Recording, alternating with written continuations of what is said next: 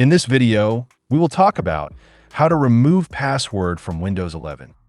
Click on Windows icon. Open Settings.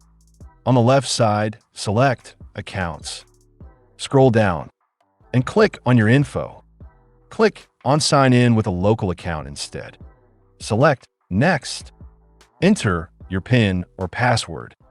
Add your new and confirm password.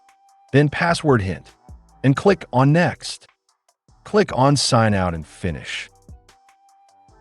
Now sign in to your account by entering the old PIN or password we were using. Here, you can see we have a local account now. Now, click in Search. Type CMD. Select Run as Administrator. Click on Yes. Type net space user space your username. Then double commas. Make sure to replace your username with your account name and press Enter. Now, click on Windows icon and restart your PC. Here you can see Windows 11 not asking for password anymore. So that's how you can remove password from Windows 11. See you in the next video.